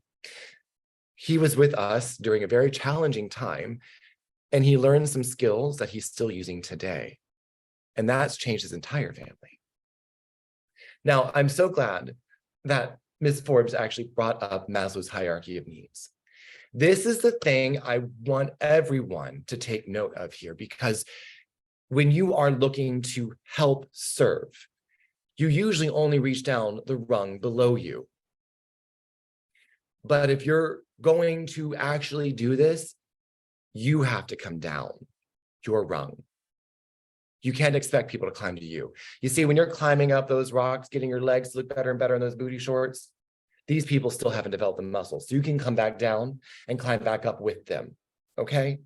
You see, if you don't have a home, if you don't have food, water, shelter, you don't know where you're gonna sleep, you don't have clothing to keep you warm, you don't feel safe, you don't care about college.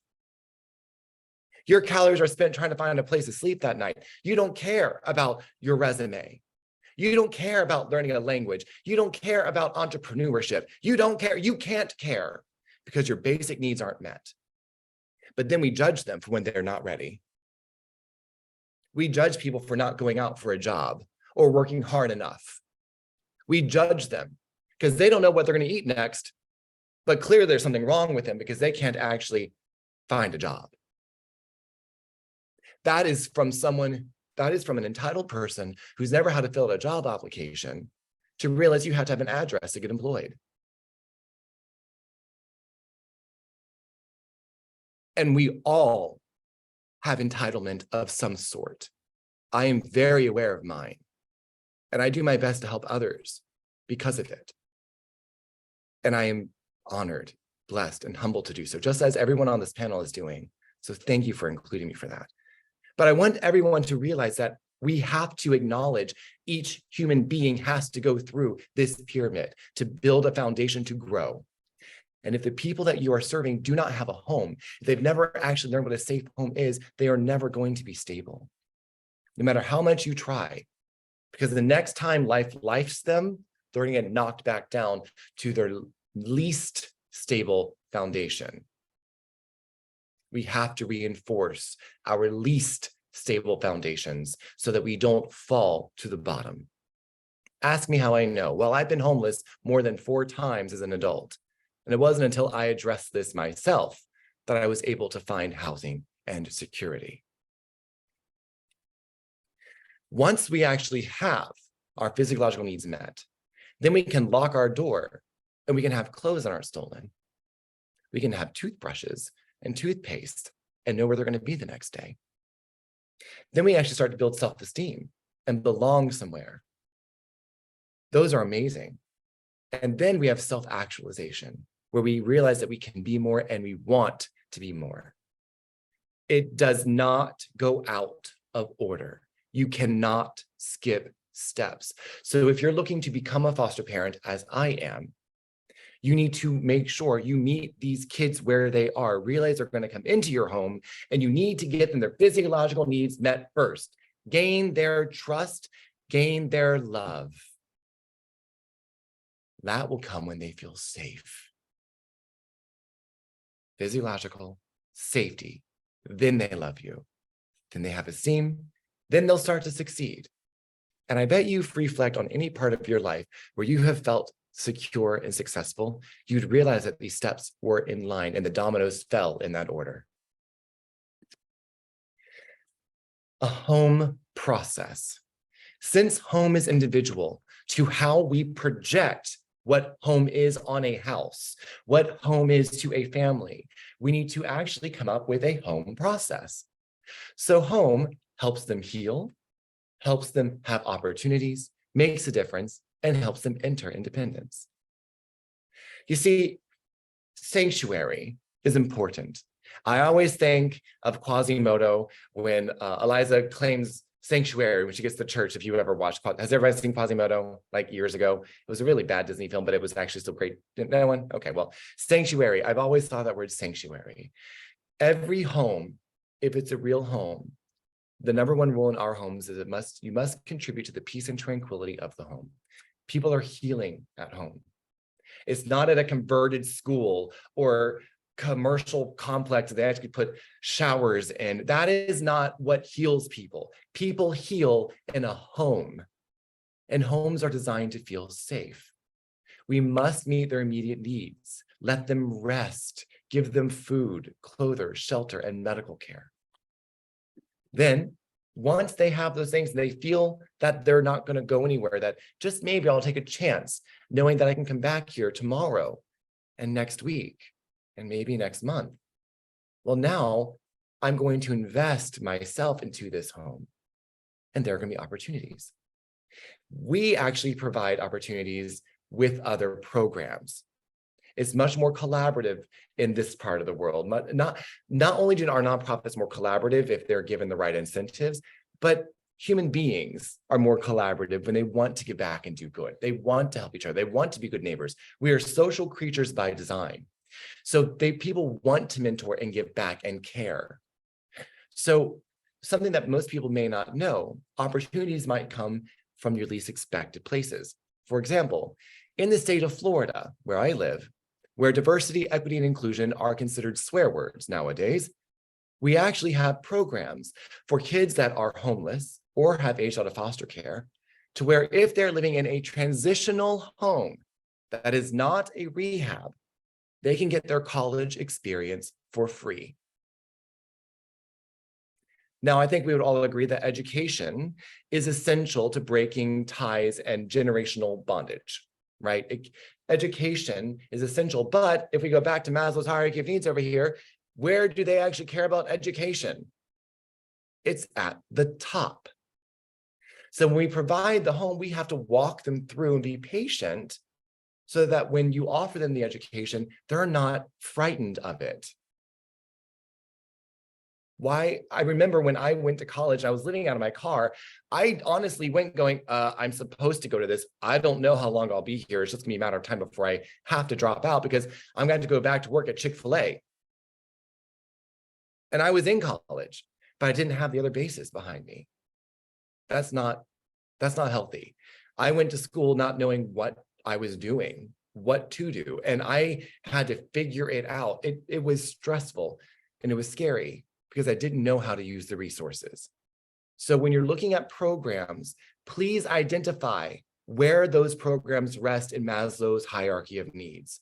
You must identify where you're serving and where those people can be served, at what point of their journey. It's not your journey, it's their journey. Meet them where they are. Now, after we meet that, well, this is part of it. Make a difference. We meet them where they are by creating a plan to help them achieve their goals, provide the tools that they need, and create a sustainable future. If that means they have to learn how to open a checking account, you help them open a checking account. If it means you have to show them how to chew with their mouth closed, you teach them how to chew with their mouth closed. That's actually where we had to start. They didn't have enough respect for themselves to learn how to respect others. So you have to start with them there.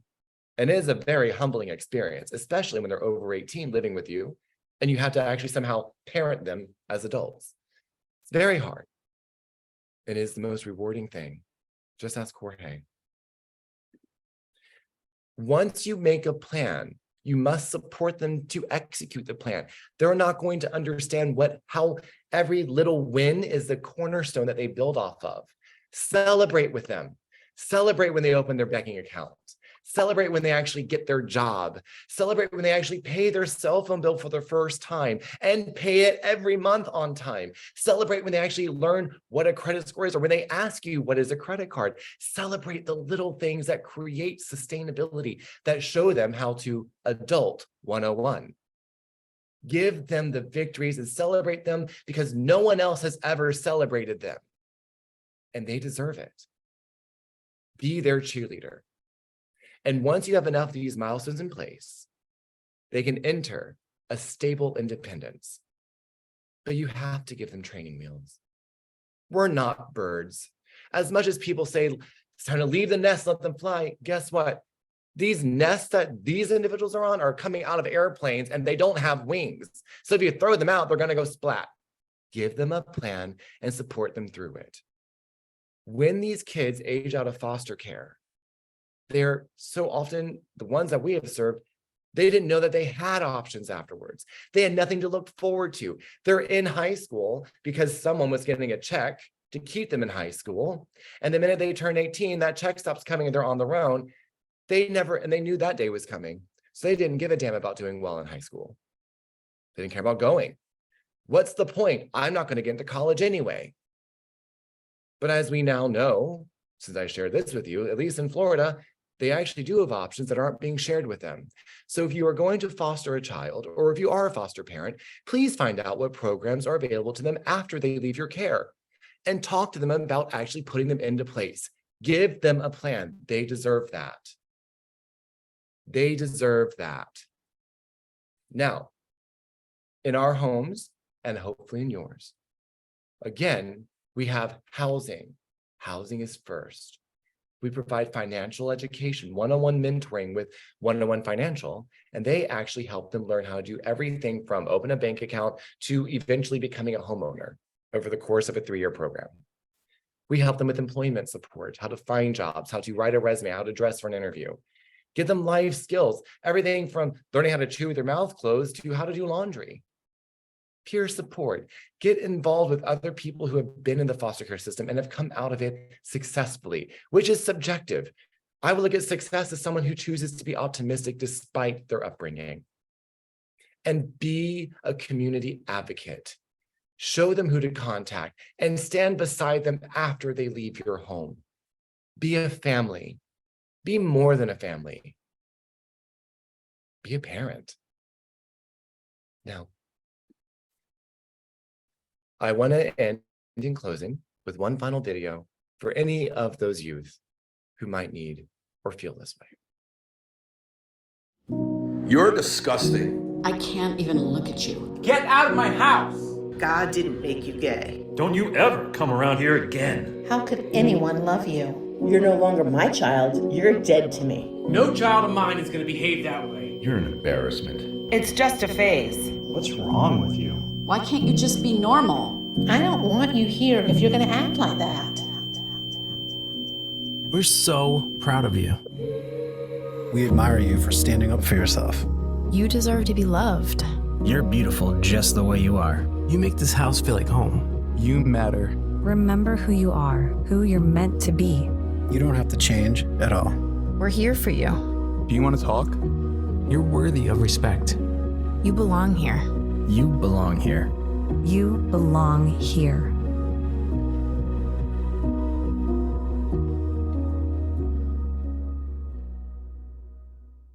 Thank you all so very, very much. Thank you, Jacob. And your point truly matters. And your point in regards to everyone deserves a home truly matters. Thank you for sharing that today. And also, too, thank you for sharing your story in regards to you being homeless. And Heidi Marie Ferrin, she also has a story about being homeless as well. So 2 of our panelists tonight. And thank you again for sharing your point in regards to everyone deserving a home as it relates to foster care or foster children as well. And when we talk about some of the comments that came in, we have Connie, she says here, Jacob's story is so much about our foundation, which is the Born Life Foundation. And then also you said, your situation is not your identity, Jacob. Very powerful. Thank you for sharing that today. Absolutely. Thank you so much, Jacob. Your personality is amazing. Thank you. I really enjoyed it. Thank you so much for being vulnerable and transparent. So before we introduce the last speaker, I would like to give a shout out to our sponsors. Reginae Sneaker, she is the founder of World Women's Conference and Awards, Women Entrepreneurs TV, Changemakers Coach, and Public Speaker. Michael D. Butler, he is the CEO of Beyond Publishing, book publisher, global speaker, and media coach. Danielle Gomez is a keynote speaker, corporate trainer, executive coach, company architect, and author. Melanie H., she is the founder of Everyday Leaders, professional coaching and consulting, and she's also a certified John Maxwell team leadership coach. And me, Dr. Lakeisha, I am an event planner, set designer, mentor, author, and all of that great stuff. And also, after our speaker, we'll have closing remarks for our visionary Gigi Sabat, and then I'll close in prayer. Our next speaker is Erica Myers. She is the CEO and founder of Fosterpreneurs. Ladies and gentlemen, please welcome our last speaker, Erica Myers. Thank you for the introduction, and I'm assuming everyone is on Eastern Standard Time right now, so I'm going to say good evening from Baltimore. I am honored that I was extended the invitation to be here, and what I'll do, I'm going to tell you a little bit about myself, and I'm going to tell you about Fosterpreneur. So what's my connection to the foster care world and youth aging out of foster care? When people hear the term that I created, Fosterpreneur, people assume that I'm someone who had the lived experience of being in foster care, but I'm always quick to correct them to say that I'm an advocate. And the reason why I do that so quickly is because I have so much respect for young people, young adults who've had the lived experience of being in foster care, that I want to make sure their stories are honored. And it's not just assumed that you only care about this issue if you have had the experience with being in the foster care system. So I'm from the Baltimore area, and I grew up not even exposed to foster care at all. I went to private school growing up. I knew about foster youth, I knew about foster care, but I didn't have anyone in my family that fostered. And it's just kind of funny how like life goes, how your journey takes you to places that you don't expect to be. So I was a psychology major in college, and I knew I always wanted to do some type of counseling, clinical therapy to really support children.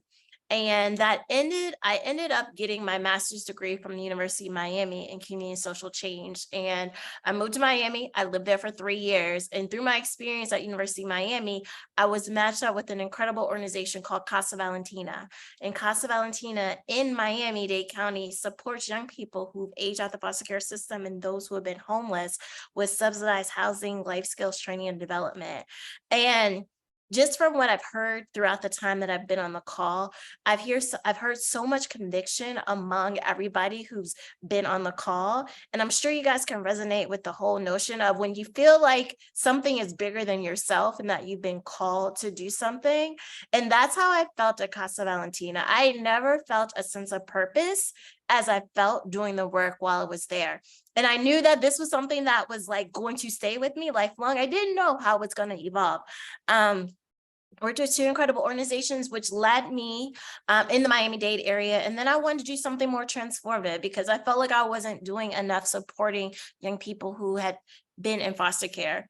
And that led me back home. That led me to the DC area because I was going to go into policy. And then when my plan didn't work out, I was crushed. I had given up my life in Miami. I had no plan B, but as I've heard, everyone is somebody of faith on this call, like God had a different plan for me. So when my number one plan didn't work out to be a White House intern at the time in 2014, I got an immediate like word, or I could say I heard a voice that was like, oh, why don't you support foster care youth by providing them with a vehicle of entrepreneurship? And that's where Fosterpreneur was born. And I'm somebody who does not like, I was like, oh, maybe this already exists. I'm not going to recreate something that already exists. I found nothing tied to supporting young people who had this experience in foster care and who wanted to explore entrepreneurship. So well, something miraculous happened. As I started taking steps to do research and putting it out there, people started coming to me with support throughout the process. So fast forward to 2017, we had our first in-person cohort with the Urban League of Baltimore with a proud student of 1. I used to be so ashamed that we start off with 1 student, but I'm reminded that you don't despise small beginnings. Like it just takes 1 person to start. And through that experience, I learned a lot throughout the process, was able to partner up with William Honablu, who is now our lead entrepreneurship instructor, who provided that instruction. And I did the social and emotional support and kind of leading into my experience supporting and coaching foster care youth to combine that to provide this experience for foster care youth. So as life was lifing, we didn't have another cohort. I was trying to figure out what things were going to be. At the end of 2019, we established ourselves. Actually, on the 31st of December 2019, we officially became a 501c3. And in 2020, we launched virtual cohorts. Before, I didn't think virtual cohorts were possible because I'm like, oh, we need to be in person. Our youth need to see us. They need to touch us. They need to be there with us. And then, COVID happened and it was like, well, we got to move virtual. And I'm so glad COVID happened because COVID was literally the best thing to ever happen to us, because as a result, we could impact youth all over the nation. So since 2020, since the end of the summer of 2020, we have had 5 virtual cohorts, and we've had students from every region of the country apply to be part of Fosterpreneur. And as a result, we've served approximately 30 youth through our virtual cohort model. So it's been a small, intimate model in the sense of business instruction, but also making sure our students have the support of whatever they're going through. I love how Maslow's hierarchy has been all up in the conversation, because we're all in agreement that if your basic needs aren't met, you can't even think about self-actualization, all those other things. So we recognize that while our students are embarking on their entrepreneurship journey, how can we support them with providing them with access to career opportunities? I've had students talk about their mental health, and I make those referrals because I am not a trained clinician to help support with those things. So understanding that we want our students to show up as their whole selves in a world where they're not allowed to be their whole selves, but through the vehicle of entrepreneurship and introducing them to those skills and helping them grow and expand their businesses, it can open them up to a whole wide world of opportunities. So as a result of the work, the seeds have been planted, the work that has been done in Fosterpreneur, really proud of the students that we've been able to serve. And I want to highlight 2 students who are very comfortable with sharing their stories. One of our students, Anthony, I knew him through another nonprofit job that I had, because my full-time work is in the nonprofit youth development space. And he came to us and he wanted to start his own photography business. Well, he was a talented photographer, but he didn't have any clients. So as a result of his due diligence and really taking advantage of all of our sessions, he went from, using his words, to barely booked and busy. And as a result, his work has been featured in Essence, it's been featured in Forbes magazine. He shot at New York Fashion Week. He also just shared with me earlier this week that through one of his photo gigs, one of his photo shoots that he did, he was introduced to Sheila Johnson. I'm not sure if you guys know who Sheila Johnson is, but Sheila Johnson is the ex-wife of Bob Johnson, who is one of the few Black billionaires in the country. And Bob Johnson went on to found BET. And Sheila Johnson is a mogul in her own right, and has created a whole luxury experience when it comes to her resorts that she has all over the country. So he just shared that he's doing a photo shoot for her. And I'm like, this is an incredible opportunity, because you don't know what other doors can open. And those seeds were planted to Fosterpreneur. And he currently is a member of our board, on our board at Fosterpreneur. And then I have a young woman who, whenever I feel like, I don't know if I can do this anymore, she reminds me that it's to keep going. She found us. She was someone who was human trafficked, someone who had overcome so much in her life. And one of the things that she wanted to do was help connect with other young women, other young girls who are either been victims of human trafficking or who are at risk of being human trafficked. And what inspired me was that she wrote her books all on her cell phone and published them. Just literally from her cell phone. And she decided to go on the Fosterpreneur journey with us. And through the support of just through generous support of different community members, we were able to provide her with a full laptop and a printer so that she could be able to enhance her business and enhance her writing without having to go through unnecessary hurdles to do that. And while she was writing her books on her cell phone, she was also balancing having 3 children. And most of that time she was also unemployed. As a result of time and her commitment, she was able to secure gainful employment while still writing and really help uplift her family out of poverty in so many ways that she wouldn't have been able to. So just those are 2 examples of just what we know is the power of entrepreneurship, the power of Fosterpreneur, the power of really allowing our young people to show up authentically as themselves and providing the space for them. So one of the things that I'm proud of is our nonlinear journey, our small beginnings. So not despising small beginnings at all. And one of the things that I am most excited about right now is that we are launching a podcast this fall that's going to really depict the stories of our students and why they've chosen Fosterpreneur and what their journeys have been like. And we also are changing our cohort model to help support those who are just curious about entrepreneurship, but don't have a full-fledged business idea, and then doing Fosterpreneur 2.0 for those who have an idea up and running and they're ready to scale, because we recognize that we've had to make some shifts in our model. And we're just getting started. So so grateful that I was given this vision, that I've been trusted to help execute this, because what I do know is that like the call is qualified. And although I am somebody who hasn't had the lived experience, I'm someone who's an advocate. I'm someone that our students trust. I'm someone that our students know that they can rely on, and that Fosterpreneur is a safe space for them to be and be who they are. So that concludes my intro, or I should say just my overview of the work that we've been doing. Happy to connect with anybody who's interested. So you can go to fosterpreneur.org. You can find us on the social media handles at Fosterpreneurs with an S. So we're here to help support. We're here to serve. And I want to just thank you all for your time. Thank you, Erica. Thank you, Erica. I salute you for what you're doing. You're an advocate for that, not being brought up in the foster system, but you care so much about it. Thank you so much for all that you're doing. Now we're going to have some closing remarks by our visionary Gigi Sabat, and we're going to close out in prayer.